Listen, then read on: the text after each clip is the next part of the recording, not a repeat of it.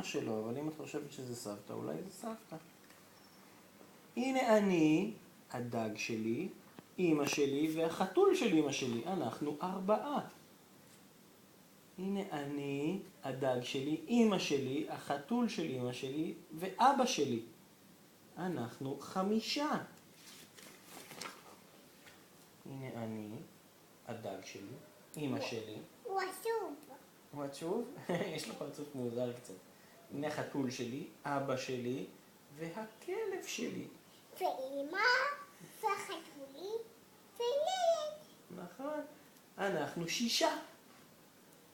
הנה אני, הדג שלי, החתול של אמא שלי. החתולים, וילד, וכלב, וסבתא, ואבא, ואמא. נכון מאוד, אנחנו 7. דג. כן.